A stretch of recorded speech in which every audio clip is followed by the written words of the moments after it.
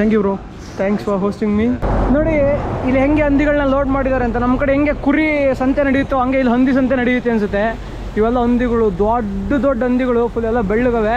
ಇವನ್ನೆಲ್ಲ ಲೋಡ್ ಮಾಡ್ಕೊಂಡು ಮಾರಗೊಳ್ತಿದ್ದಾರೆ ಅನಿಸುತ್ತೆ ನನಗೆ. ಹಾಗೆ ದಾರಿಲಿ ಬರ್ತಾ ಇರ್ಬೇಕಾದ್ರೆ ಇವ್ರು ಸಿಕ್ಕರು. ಇವ್ರು ಇಲ್ಲೇನೋ ಕ್ಯಾಪ್ಚರ್ ಮಾಡ್ತಿದ್ದಾರೆ. ಬಹುಶಃ ನನಗನ್ಸುತ್ತೆ ವೈರ್ ಏನಾದ್ರು ಡ್ಯಾಮೇಜ್ ಆಗಿತ್ತೇನೋ ಅಂತ ನೋಡ್ತಿದ್ದಾರೆ. ಚಿಂಚಾವ್ ವೈರ್ ಏನೋ ಡ್ಯಾಮೇಜ್ ಆಗಿದೆ ಅಂತ ನೋಡ್ತಿದ್ದಾರೆ.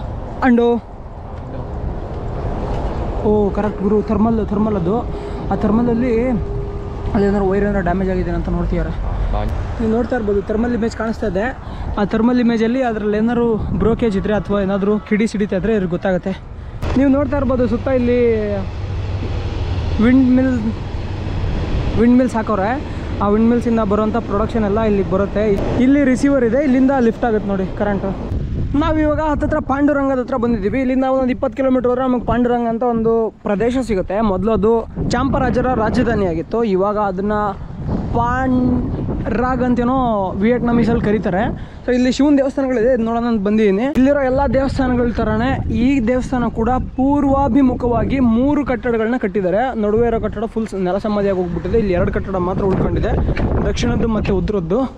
ಏನಾಗುತ್ತೆ ಅಂದರೆ ವಿಯೆಟ್ ಜನ ನಾರ್ತಲ್ಲಿ ಇರ್ತಾರೆ. ನಾರ್ತಲ್ಲಿ ಇದರಲ್ಲಿ ಒಂದು ರೆಡ್ ರಿವರ್ ಡೆಲ್ಟಾ ಅಂತ ಇರುತ್ತೆ. ರೆಡ್ ರಿವರ್ ಡೆಲ್ಟಾ ಅಂದರೆ ಅಲ್ಲೊಂದು ನದಿ ಇದೆ, ರೆಡ್ ಅಂತ. ಆ ನದಿ ಬಯಲು ಪ್ರದೇಶ. ಆ ರೆಡ್ ರಿವರ್ ಡೆಲ್ಟಾ ಅವ್ರಿಗೆ ಒಂದಿಷ್ಟು ಆಪರ್ಚುನಿಟಿಗಳನ್ನ ಸೃಷ್ಟಿ ಮಾಡುತ್ತೆ. ಯಾವ ಥರ ಅಂತಂದರೆ ಅಲ್ಲಿ ಜಾಸ್ತಿ ಅವರು ವ್ಯವಸಾಯಕ್ಕೆ ಒತ್ತು ಕೊಟ್ಟು ಜಾಸ್ತಿ ಬೆಳೆಗಳನ್ನ ಬೆಳ್ಕೊಂಡು ಅವರು ತಮ್ಮ ಸಂಖ್ಯೆನ ಅಭಿವೃದ್ಧಿ ಮಾಡ್ಕೋತಾರೆ. ಅಂದರೆ ಜನಸಂಖ್ಯೆನ ಜಾಸ್ತಿ ಮಾಡ್ಕೋತಾರೆ. ಆ ಜನಸಂಖ್ಯೆನ ಜಾಸ್ತಿ ಮಾಡ್ಕೊಂಡು ದಕ್ಷಿಣಕ್ಕೆ ಏನಿರ್ತಾರಲ್ಲ ಈ ಚಾಂಪಗಳು, ಇವ್ರ ಮೇಲೆ ದಾಳಿಗೆ ಬರ್ತಾರೆ. ಅದನ್ನು ಒಂದು 15ನೇ ಶತಮಾನದಲ್ಲಿ ದಾಳಿಗೆ ಬರ್ತಾರೆ. ದಾಳಿಗೆ ಬಂದಾದಮೇಲೆ ಇವ್ರನ್ನ ಹೊಡ್ಕೊಂತಾನೆ ಬರ್ತಾರೆ. ಇವರು ಹತ್ತತ್ರ ವಿಜಯದಿಂದ ಬಂದ್ಬಿಟ್ಟು ಭದ್ರೇಶ್ವರ ಅಂತ ಇರುತ್ತಲ್ಲ ಮೊದಲು, ಆ ಭದ್ರೇಶ್ವರದಿಂದ ಪಾಂಡುರಂಗ ಅಂತ ಇಲ್ಲಿ ಹೇಳೋದಲ್ಲ 20 ಕಿಲೋಮೀಟರ್ ಅಂತ, ಅಲ್ಲಿವರೆಗೂ ಸುಮ್ಮನೆ ಸರ್ಕಂತಾನೆ ಬರ್ತಾರೆ. ಹೊಡೆದೊಡ್ದಂಗೆಲ್ಲ ಸರ್ಕಂತಾನೆ ಬರ್ತಾರೆ ಪಾಪ. ಕೊನೆಗೆ ಇವ್ರ ಸಾಮ್ರಾಜ್ಯ ಒಂದು 15ನೇ ಶತಮಾನದಿಂದ ಈಚೆಗೆ ಸಂಪೂರ್ಣವಾಗಿ ಕ್ಷೀಣಿಸ್ಬಿಟ್ಟು ಇಲ್ಲಿರುವಂತಹ ದೇವಸ್ಥಾನಗಳನ್ನ ನೋಡ್ತಾ ಇರ್ಬೋದು ಈ ಪರಿಸ್ಥಿತಿಗೆ ಬಂದಿದ್ದಾವೆ.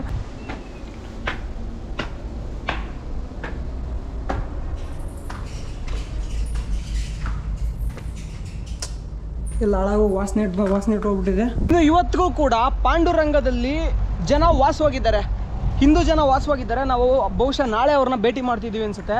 ಅವ್ರನ್ನ ಭೇಟಿ ಮಾಡಿ ಅವ್ರೇನು ಹೇಳಲ್ಲ ಇಲ್ಲಿ ಪಾಲಿಟಿಕ್ಸ್ ಬಗ್ಗೆ.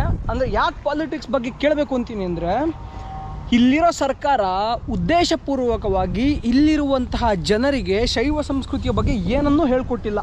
ಇವಾಗ ನಾವು ಅಲ್ಲಿ ಕೂತ್ಕೊಂಡು ಅಫ್ಘಾನಿಸ್ತಾನದ ಬಗ್ಗೆ, ಪಾಕಿಸ್ತಾನದ ಬಗ್ಗೆ, ಅಂದರೆ ನಮ್ಮ ಇತಿಹಾಸದ ಪುಸ್ತಕಗಳಲ್ಲಿ ಪ್ರಪಂಚದ ಎಲ್ಲ ಮಾಹಿತಿನೂ ಹೇಳ್ತಾರೆ. ನಮ್ಮದೇ ರಾಜ್ಯದ ಎಷ್ಟೊಂದು ಮಾಹಿತಿನ ಬಿಡ್ತಾರಲ್ವ. ಅಂದರೆ ಕನ್ನಡಿಗರ ಎಷ್ಟೊಂದು ಮಾಹಿತಿಗಳನ್ನ ಆಧುನಿಕ ಪೀಳಿಗೆಗೆ ಹೇಳೋದನ್ನು ಸರ್ಕಾರಗಳು ಬೇಕಂತಲೇ ಹೇಳಲ್ಲ. ಅದನ್ನು ಏನಕ್ಕೆ ಅಂದರೆ ಅದೇ ಪಾಲಿಟಿಕ್ಸ್. ಅರ್ಥ ಆಯ್ತಾ?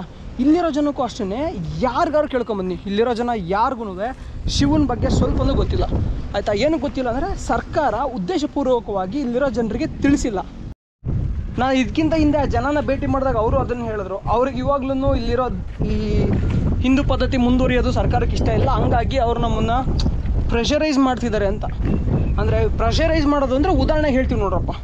ಒಂದು ಫಂಕ್ಷನ್ ಇರುತ್ತೆ, ಒಂದು ಮಹಾಶಿವರಾತ್ರಿಗೆ ಒಂದು ಕಡೆ ಜನ ಸೇರ್ತೀವಿ ಅಂತ ಪರ್ಮಿಷನ್ಗೆ ಕೇಳ್ತೀವಿ. ಆ ಪರ್ಮಿಷನ್ನ ಕೊಡದೇ ಇರೋದು. ಈ ಥರ ಒಂದು ಸಾಂಸ್ಕೃತಿಕ ಕಾರ್ಯಕ್ರಮ ಮಾಡ್ತೀವಿ ಅಂತ ಅದಕ್ಕೊಂದು ಪರ್ಮಿಷನ್ಸ್ನ ಕೊಡದೇ ಇರೋದು. ಇದನ್ನು ನಾವು ಏನು ಕರಿತೀವಿ ಅಂದರೆ ಪ್ರೆಷರೈಸ್ ಮಾಡಿ ಅವ್ರನ್ನ ಉದ್ದೇಶಪೂರ್ವಕವಾಗಿ ಆ ಸಂಸ್ಕೃತಿ ಬಗ್ಗೆ ತಿಳಿಸದೇ ಇರೋದು. ಸೊ ಆ ಕೆಲಸವನ್ನು ಇಲ್ಲಿ ಸರ್ಕಾರ ಮಾಡ್ತಿದೆ.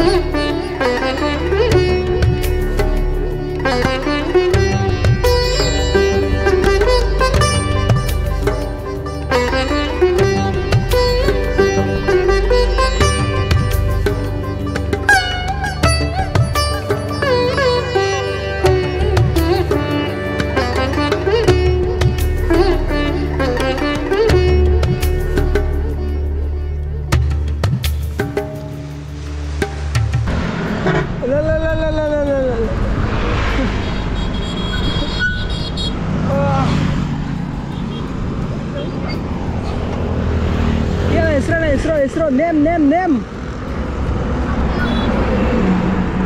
ತಡಿಯಪ್ಪ.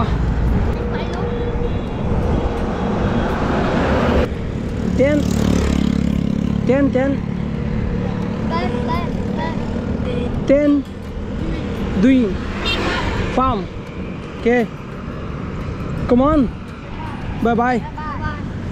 ವಿಯೆಟ್ನಾಮಲ್ಲಿ ನೀವು ಎಲ್ಲೇ ನೋಡಿದ್ರು ಚಿಕ್ಕ ಮಕ್ಳಿಗೆ ಈ ಥರದ ಗಾಡಿ ಕೊಡಿಸಿರ್ತಾರೆ. ಎಲೆಕ್ಟ್ರಿಕ್ ಗಾಡಿ ಇದು. ಇದಕ್ಕೇನು ಲೈಸೆನ್ಸ್ ಬೇಡ ಅನಿಸುತ್ತೆ. ಹೆಲ್ಮೆಟ್ ಏನೋ ಹಾಕಿರೋಲ್ಲ, ಹಂಗೆ ಓಡಿಸ್ತಿರ್ತಾರೆ. ಇಲ್ಲಿ ನೋಡ್ರಿ, ಇದು ಬ್ರೇಕ್ ಅನಿಸುತ್ತೆ. ಬ್ರೇಕು ಇದು ಫಾರ್ವರ್ಡಾ? ಹಾಂ, ಫಾರ್ವರ್ಡು ಫಾರ್ವರ್ಡ್ ಇದೆ. ಹಂಗೆ ಮುಂದಕ್ಕೆ ಹೋಗುತ್ತೆ ಗಾಡಿ. ಸಖತ್ತಾಗಿದೆ. ಸರಿ ಮಗ, ಓಕೆ ಬಾಯ್. ಮಜಾ ಹೊಡಿತಾ ಇದ್ದೀರಾ ಕಣ್ರು, ಚೆನ್ನಾಗಿದ್ದೀರಾ. ಅಲ್ಲಿ ಏನು ಗೊತ್ತಾ ಆಯಿತು ಬಿಡು. ಗಾಲಿ ಗಿಡ ಬ್ರೋ 40. ಆಹಾ, ಎರಡಕ್ಕೂ 40. ಓಕೆ,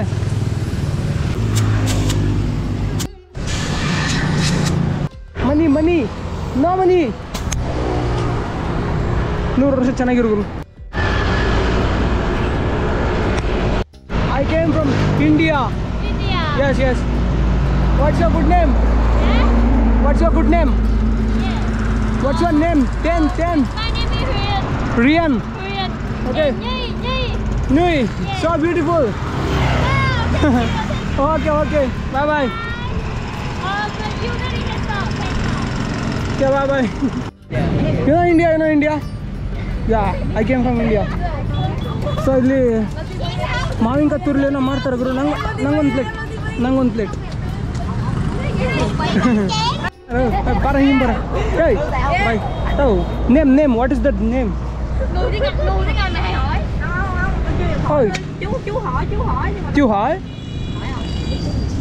ಇದಕ್ಕೇನಂತ ನನಗೆ ಗೊತ್ತಿಲ್ಲ, ಬಟ್ ನೋಡಿ ಲಾಸ್ಟ್ ಮೊಬೈಲ್. ಹಾಂ, ಹಲೋ ಮೇಡಮ್, ಇಲ್ಲೇ ತಿಂತೀನಿ. Late. Bánh tráng trộn.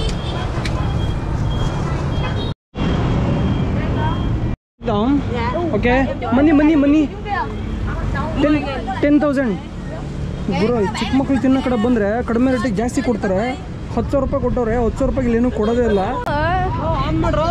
Lâu rồi thiếu cặp coi. Ôi sao kìa. Đừng nói đi Giang chú, lấy với con buồn à. Ông giống người phụ nữ ơi. Cho con về chú ơi. ಈ ಹುಡುಗರು ನನ್ನ ಹತ್ರ ಒಂದು YouTube channel ಬರ್ಸ್ಕೊತವ್ರೆ. SUDRSHANNCHARI.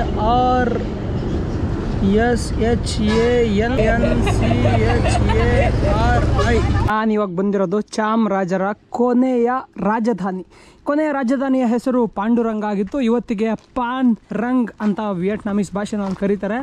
So ಆ ಪಾಂಡುರಂಗಕ್ಕೆ ಬಂದಿದ್ದೀನಿ. ಆ ಪಾಂಡುರಂಗದಲ್ಲಿ ಒಂದು museum ಮತ್ತೊಂದು ದೇವಸ್ಥಾನ ಎಲ್ಲ ಇದೆ. ಅದನ್ನೇ ನೋಡೋಕ್ಕೆ ಬಂದಿದ್ದೀನಿ. ಇವಾಗ ಸೈಕಲ್ ಪಾರ್ಕಿಂಗ್ ಮಾಡಿಬಿಟ್ಟು ಒಳಗೆ ಹೋಗೋಣ. ನಮಗೆ ಸರಿಸುಮಾರು 20,000 ವಿಯೆಟ್ನಾಮೀಸ್ ಡಾಂಗ್ನ ಇಲ್ಲಿ ಇಸ್ಕೊತಾ ಇದ್ದಾರೆ. ಇಸ್ಕೊಂಡು ಅವ್ರ ಹತ್ರ ಇರೋದು ಒಂದು ಟಿಕೆಟ್ ಕೊಡ್ತಾ ಇದ್ದಾರೆ. ಇಲ್ಲೊಂದು ವೆಹಿಕಲ್ ಕಾದು ಕುಳಿತಿ ತಡಿಗುರು, ನಾನು ಬರ್ತೀನಿ. ಟಿಕೆಟ್. ಓಹ್, ಏನು ಬಿಸಿಲು ಗುರು, ಭಯಂಕರ ಬಿಸಿಲು ನೋಡಿ. ಬೆಟ್ಟದ ಮೇಲೆ ಅಲ್ಲಿದೆ ದೇವಸ್ಥಾನ. ಆ ದೇವಸ್ಥಾನದವರೆಗೂ ಈ ಗಾಡಿನ ತಗೊಂಡು ಹೋಗ್ತಾರೆ ಅನಿಸುತ್ತೆ, ಸುತ್ತರ್ಕೊಂಡು. ನಾನು ನಿಮಗೆ ಹಿಂದೆ ಹೇಳಿದ್ದೆ ಏನಂದರೆ, ಈ ಬೌದ್ಧ ರಾಜರಿಗೂ ಮತ್ತು ಶೈವ ರಾಜರಿಗೂ ಯುದ್ಧ ಆಗ್ಬೇಕಾರೆ ಈ ಶೈವ ರಾಜರು ಉತ್ತರ ಭಾಗದಿಂದ ದಕ್ಷಿಣ ಭಾಗಕ್ಕೆ ಬರ್ತಾಯಿದ್ರು. ಕೊನೆಗೆ ಅವರು ಪಾಂಡುರಂಗವರೆಗೂ ಬಂದಿದ್ರು ಅಂತ. ಸೊ ಈ ಪಾಂಡುರಂಗವ್ರಿಗೂ ಬಂದಾಗ ಕ್ಲೋಂಗ್ ಗರೈ ಅಂತ ಒಬ್ಬ ರಾಜ ಇರ್ತಾನೆ. ಆ ರಾಜ ಈ ದೇವಸ್ಥಾನವನ್ನು ಕಟ್ಟಿಸ್ತಾನೆ. ಬರೀ ಈ ದೇವಸ್ಥಾನ ಅಷ್ಟೇ ಅಲ್ಲ, ಇಲ್ಲಿ ನೀರಾವರಿಗೆ ತುಂಬ ಸಹಾಯ ಮಾಡಿ ಇಲ್ಲಿರೋ ನೀರಾವರಿ ಯೋಜನೆಗಳನ್ನ ಅಭಿವೃದ್ಧಿ ಪಡಿಸ್ತಾನೆ ರಾಜ. ಹಾಗಾಗಿ ಆ ಕಾಲದಲ್ಲಿ ಸುಮಾರು 13ನೇ ಶತಮಾನದ ಕೊನೆಯ ಮತ್ತು 14ನೇ ಶತಮಾನದ ಆರಂಭದಲ್ಲಿ ಇಲ್ಲಿ ಚಾಂಪಾ ಜನ ಸಮೃದ್ಧವಾಗಿರ್ತಾರೆ. ಆಮೇಲೆ ನಾನು ಇಲ್ಲಿ ನೋಡಿದಾಗೆ ಇದು ಒಂದೇ ಒಂದು ದೇವಸ್ಥಾನದಲ್ಲಿ ಮಾತ್ರ ಆಯಿತಾ, ನಂದಿ ಶಿವ 2 ಒಟ್ಟಿಗೆ ಇರೋವಂಥ ದೇವಸ್ಥಾನ ನೋಡಿದ್ದು ಇಲ್ಲಿವರೆಗೂ. ಎಷ್ಟೊಂದು ದೇವಸ್ಥಾನ ಕಟ್ಟಿದ್ದಾರೆ ಚಾಂಪಾರಾಜರು, ಆದರೆ ಮೊದಲನೇ ಸಲ ನಂದಿ ಶಿವ ಒಟ್ಟಿಗೆ ಇರೋವಂಥ ದೇವಸ್ಥಾನ ಇದನ್ನೇ ನೋಡಿದ್ದು. ಇದನ್ನು ಇತ್ತೀಚೆಗೆ ಸ್ವಲ್ಪ ಡೆವಲಪ್ಮೆಂಟ್ಸ್ ಎಲ್ಲ ಮಾಡಿದ್ದಾರೆ. ನೀವು ನೋಡ್ತಾರೆ, ಸಿಮೆಂಟೆಲ್ಲ ಹಾಕಿದ್ದಾರೆ. ಇದೇ ನಂದಿ ನೋಡಿ. ನಂದಿ ಯಾವ ಥರ ಇದೆ ಅಂದರೆ, ಇಲ್ಲಿ ದನಗಳು ಇಷ್ಟೇ ದೊಡ್ಡ ಮುಖ ಇರುತ್ತೆ ಇಲ್ಲಿ ದನಗಳಿಗೆ. ನೀವು ನೋಡ್ತಾ ಇರ್ಬೋದು ಎಷ್ಟು ದೊಡ್ಡ ಮುಖ ಇದೆ ಇದಕ್ಕೆ, ಈ ನಂದಿಗೆ ಅಂತ. ಆಮೇಲೆ ಇನ್ನು ಒಳಗೆ ಬಂದರೆ ಇಲ್ಲಿ ಶಿವಲಿಂಗ ಇದೆ. ಶಿವಲಿಂಗದ ಮುಂದೆ ಬಹುಶಃ ಅವತ್ತಿನ ಕಾಲದಲ್ಲಿ ಲೋಕಲ್ ರಾಜ ಇವರು ಆಗಿದ್ರು ಅಂತ ಅನಿಸುತ್ತೆ. ಆ ರಾಜರ ಇದನ್ನು ಇಟ್ಟಿದ್ದಾರೆ. ನೀವು ನೋಡ್ತಾ ಇರ್ಬೋದು ಇಲ್ಲಿ ಒಂದು ಶಿಲಾಶಾಸನ ಬರ್ಸಿದ್ದಾರೆ. ಬಹುಶಃ ಇದನ್ನು ಚಾಮ್ ಭಾಷೆನಲ್ಲಿ ಬರ್ಸಿರ್ತಾರೆ, ಇಲ್ಲಾಂದರೆ ಸಂಸ್ಕೃತ ಭಾಷೆನಲ್ಲಿ ಬರ್ಸಿರ್ತಾರೆ. ಇಲ್ಲಿರೋ ಲಿಪಿ ಎಲ್ಲ ನನಗನ್ಸುತ್ತೆ ಇದೆಲ್ಲ ಪಕ್ಕದ ದೇಶದ ಲಿಪಿ ಅಂತ. ಅಂದರೆ ಕಾಂಬೋಡಿಯಾದಲ್ಲಿ ಬಳಸೋ ಲಿಪಿ ಇದೆ ಅನಿಸುತ್ತೆ, ಅಥವಾ ಲಾವೋಸಲ್ಲಿ ಬಳಸೋ ಲಿಪಿ. ಸೊ ಅಲ್ಲಿ ಬಳಸೋಂಥ ಲಿಪಿ ಇದೇ ಥರ ಇರುತ್ತೆ. ನಿಮಗೆ ಸ್ಪಷ್ಟವಾಗಿ ಇನ್ನೊಂದ್ಸಲ ಹೇಳ್ತಾ ಇದ್ದೀನಿ, ಇಲ್ಲಿರೋ ಲಿಪಿನ ನೀವು ಸರಿಯಾಗಿ ನೋಡಿದ್ರೆ ದುಂಡು ಆಕಾರದಲ್ಲಿದೆ. ಅಂದರೆ ಇದು ದಕ್ಷಿಣ ಭಾರತದಿಂದ ಇನ್ಫ್ಲೂಯೆನ್ಸ್ ಆದಂತಹ ಲಿಪಿ, ಹಾಗಾಗಿನೇ ಇದು ದುಂಡಾಗಿದೆ. ಇದನ್ನ ಇವತ್ತು ಸ್ಪಷ್ಟವಾಗಿ ಓದಕ್ಕೆ ಬರೋಂಥವ್ರು ಯಾರಾದರೂ ಇದ್ದಿದ್ರೆ ಓದಿ ಇದ್ರ ಬಗ್ಗೆ ತಿಳ್ಕೊಬೋದಿತ್ತು. ನೋಡಿ, ಇದುವರೆಗೆ ನಾನು ನೋಡಿದಂತಹ ಎಲ್ಲ ಶಿವನ ದೇವಸ್ಥಾನಗಳು ಇಲ್ಲಿ ಪೂರ್ವಾಭಿಮುಖವಾಗಿದ್ದಾವೆ. ಆಯಿತಾ? ಇದು ನೋಡಿ, ಈ ಕಡೆ ಹೋದರೆ ಪೂರ್ವ ಸಮುದ್ರ, ಅಲ್ಲಿ ಬೆಟ್ಟ ಕಾಣಿಸಿದ್ರೆ ಅದನ್ನ ದಾಟ್ರೆ ಸಮುದ್ರ. ಪೂರ್ವಾಭಿಮುಖವಾಗಿ ಎಲ್ಲ ಶಿವನ ದೇವಸ್ಥಾನಗಳನ್ನ ಕಟ್ಟಿದ್ದಾರೆ. ಎಲ್ಲ ಶಿವನ ದೇವಸ್ಥಾನದಲ್ಲೂ ಇಲ್ಲಿ 3 ಗೋಪುರಗಳು ನಿಮಗೆ ಕಾಣುತ್ತೆ. ಅಂದರೆ ಇದು ಮುಖ್ಯ ಗೋಪುರ, ಇದು ರಾಜಗೋಪುರ. ಇದಾದಮೇಲೆ ಪಕ್ಕದಲ್ಲಿ ಇನ್ನೊಂದು ಗೋಪುರ ಇರುತ್ತೆ. ಅದು ಬಿಟ್ಟರೆ ಅಲ್ಲಿ ಗರ್ಭಗುಡಿ ಮೇಲೆ ಒಂದು ವಿಮಾನ ಇರುತ್ತೆ. ಸೊ ಈ 3 ಗೋಪುರಗಳನ್ನ ಇಲ್ಲಿ ಈ ಥರ ಇಲ್ಲಿ ಕಟ್ಟಿದ್ದಾರೆ. ಮತ್ತು ಬೇರೆ ಕಡೆ 3 ಕಂಟಿನ್ಯೂಸ್ ಆಗಿ ಅಕ್ಕಪಕ್ಕದಲ್ಲಿ ಶಿವನ ದೇವಸ್ಥಾನ. ಈ 2 ಪ್ಯಾಟ್ರನ್ನಲ್ಲಿ ಇಲ್ಲಿ ದೇವಸ್ಥಾನನ ಕಟ್ಟಿರೋದು.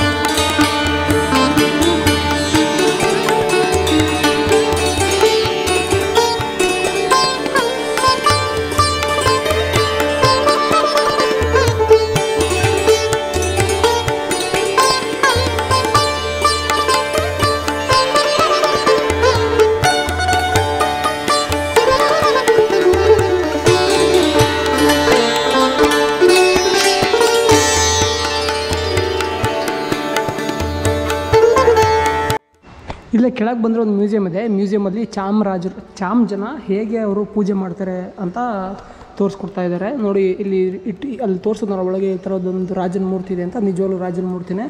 ಆ ರಾಜನ ಈ ಥರ ಪೂಜೆ ಅಭಿಷೇಕ ಎಲ್ಲ ಮಾಡ್ತಾರೆ ಇಲ್ಲಿ ಜನ. ನೋಡ್ತಾ ಇರ್ಬೋದು, ಚಾಮ್ ಜನ ಎತ್ತಿನ ಬಂಡಿ ಎಲ್ಲ ಹುಡ್ಕೊಂಡು ಹೆಂಗೆ ಅವರ ಹಬ್ಬಕ್ಕೋ ಮದುವೆಗೋ ಹೋಗ್ತಿದ್ದಾರೆ. ಬಹುಶಃ ಇವಾಗ ಯಾರು ಎತ್ತಿನ ಬಂಡಿ ಓಡಲ್ಲ ಇಲ್ಲಿ, ಯಾಕಂದರೆ ಫುಲ್ಲು ಚೇಂಜ್ ಆಗಿಬಿಟ್ಟಾರೆ ಇವಾಗ. ಕೋಣ ಕಡಿತಾ ಇದ್ದಾರೆ ನೋಡಿ, ಜನ ಕೋಣ ಕಡಿತಾ ಇದ್ದಾರೆ. ಹಳ್ಳಿ ತಿರುಗ್ತಾ ಇದ್ದೀನಿ ಗುರು, ಚಾಮ್ ಜನರನ್ನ ಮೀಟ್ ಮಾಡಬೇಕು ಅಂತ. ಇಲ್ಲಿ ಯಾರೋ ಒಬ್ಬರು ಚಾಮ್ ಜನ ಕಂಡಂಗೆ ಕಂಡರು, ತಲೆಗೆ ಪೇಟ ಸುತ್ಕೊಂಡಿದ್ದಾರೆ. ಹಾಗಾಗಿ ಅವರೇ ಇರ್ಬೋದು ಅಂತ ನಂಗೆ ಅನ್ನಿಸ್ತಿದೆ. ನೋಡೋಣ, ಕೇಳೋಣ. ನಮಸ್ತೆ. ಚಾಮ್ ಅಂಡು ನೋ ಇಂಡಿಯಾ ಶಿವ ಪೂಜಾ ಗೃಹವನ್ನು ನೋಡಬಹುದೇ? ಇದನ್ನ ನೋಡೋಣ ಅಂತ, ದೇವ್ರ ಮನೆ ಹೆಂಗಿದೆ ಅಂತ. ಹಾಂ ನೋ ನನಗೆ ಒಬ್ಬರು ಚಾಮ್ ಜನ ಸಿಕ್ಕರು. ಇವ Champa. Okay, what's your good name? ಪಾಶೇಸ.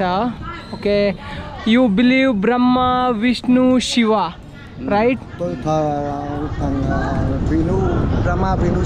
ಬ್ರಹ್ಮ ವಿಷ್ಣು ಶಿವ. ನೋಡಿ, ಇವರು ಬ್ರಹ್ಮ ವಿಷ್ಣು ಶಿವ ಮೂವರಲ್ಲೂ ಕೂಡ ನಂಬಿಕೆ ಇರುವಂತಹ ವ್ಯಕ್ತಿ ಇವರು. ಇಲ್ಲಿರೋಂಥ ಚಾಮ್ ಜನ, ಇವ್ರು ಯಾವಾಗಲೂ ತಲೆ ಮೇಲೆ ಈ ಥರ ಇಟ್ಟಿರ್ತಾರೆ. Can you remove your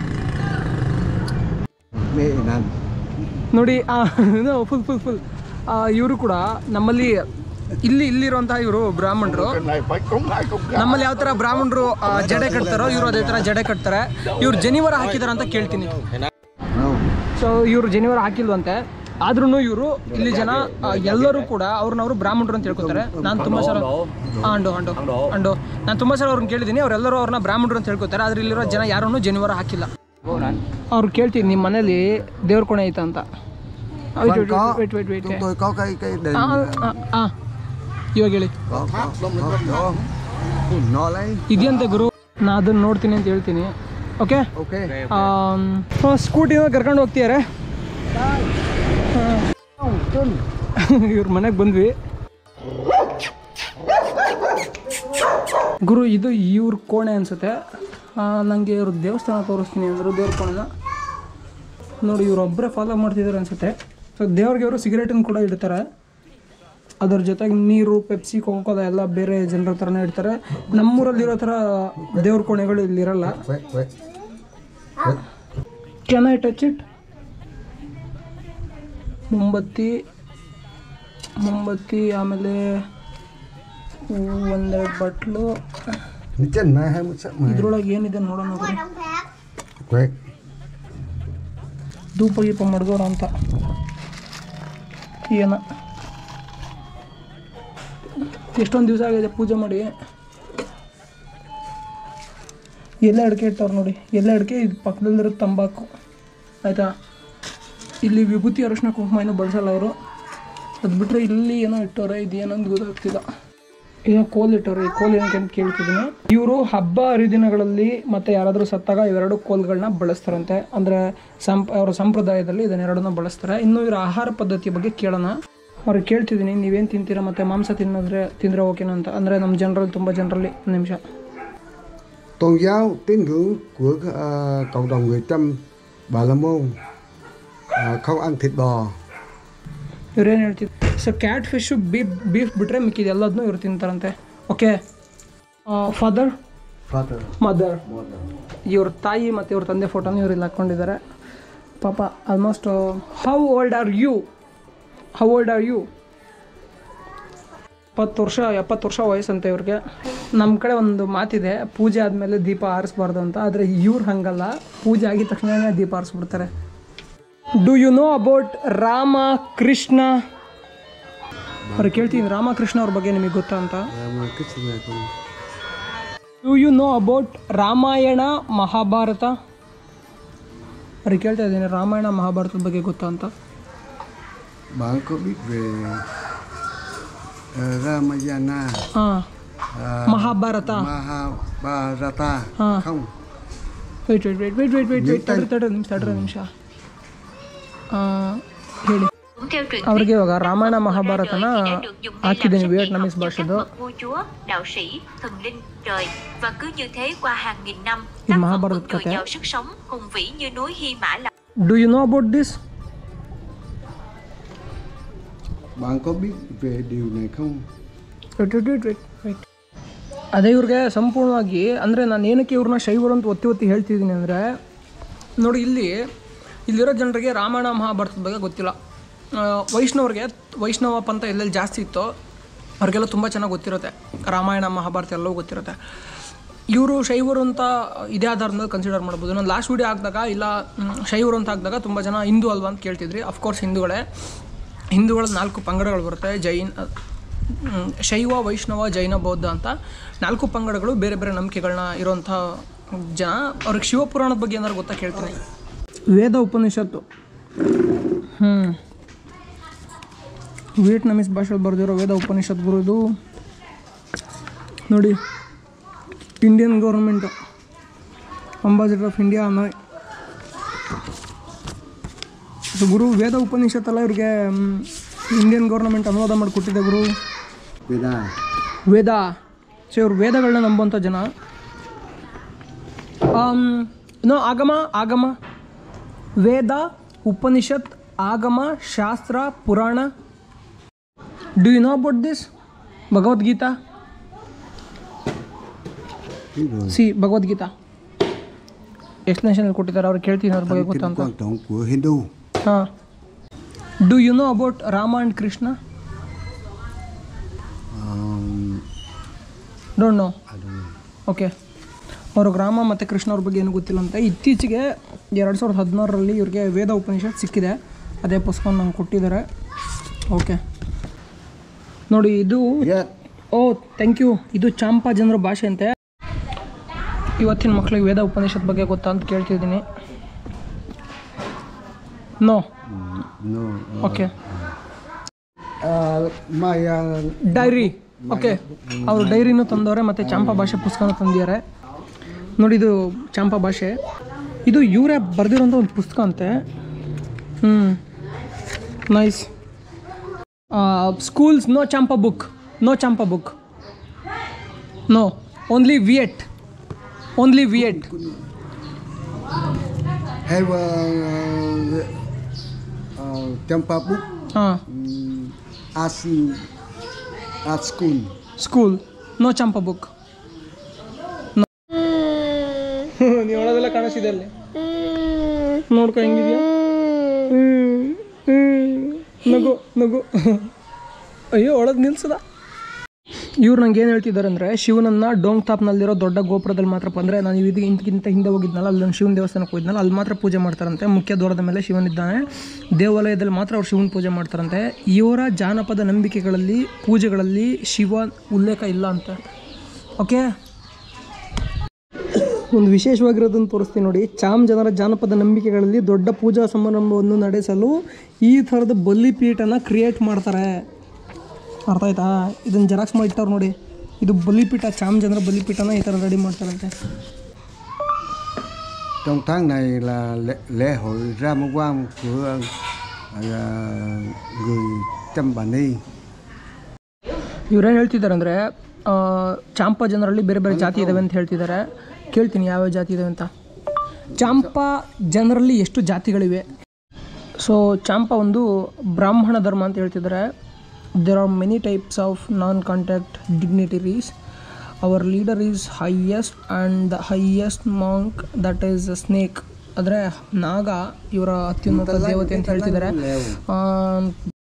Nhiều đẳng cấp. Một là chức sắc cả sư Bồ Sa, ông Phai.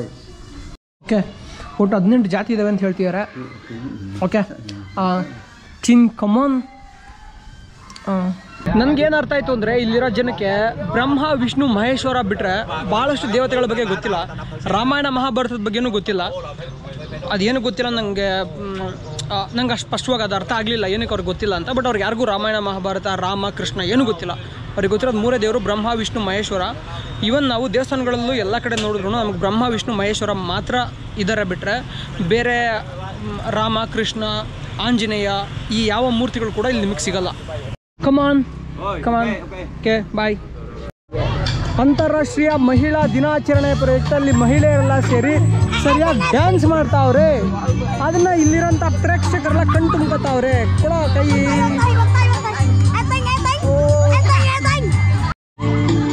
ನೋಡಿ, ಇಲ್ಲಿ ಮಹಿಳೆಯರ ದಿನಾಚರಣೆಯನ್ನ ಒಂದು ಹಳ್ಳಿಯಲ್ಲಿ ಇಷ್ಟು ಸಖತ್ತಾಗಿ ಆಚರಣೆ ಮಾಡ್ತವ್ರೆ. ಇದನ್ನೆಲ್ಲ ನೋಡ್ತಾ ಇದ್ರೆ ಖುಷಿ ಆಗುತ್ತೆ. ನಮ್ಮ ಕಡೆ ಎಷ್ಟೊಂದು ಜನಕ್ಕೆ ನಮ್ಮ ಕಡೆ ಯಾರು ಮಾಡಲ್ಲ ಗುರು ಈ ಥರ. ಇದು ಹಳ್ಳಿ ಗುರು, ಯಾವುದೋ ಒಂದು ಹಳ್ಳಿ ಮೂಲಕ್ಕೆ ಬಂದಿದ್ದೀನಿ. ಮತ್ತೊಂದು ಹಾಡಿಗೆ ನೃತ್ಯ ಜರುಗುತ್ತಿದೆ. ಅಲ್ಲಿ ನೋಡ್ರು.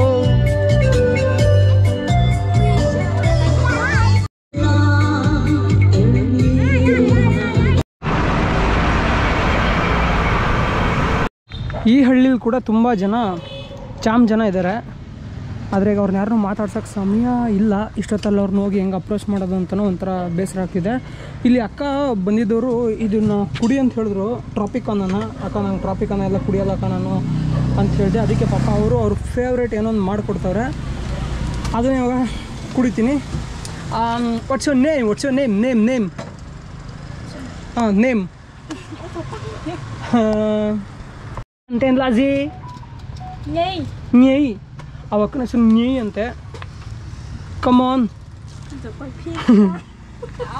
ಏನೋ ಒಂದು ಮಾಡಿಕೊಟ್ಟವ್ರು ಜ್ಯೂಸು. ಹೊಟ್ಟೆ ಹಸ್ದಿತ್ತು, ಒಳ್ಳೆ ಟೈಮಿಗೆ ಆಫರ್ ಮಾಡೋದು. ಕಮಾನ್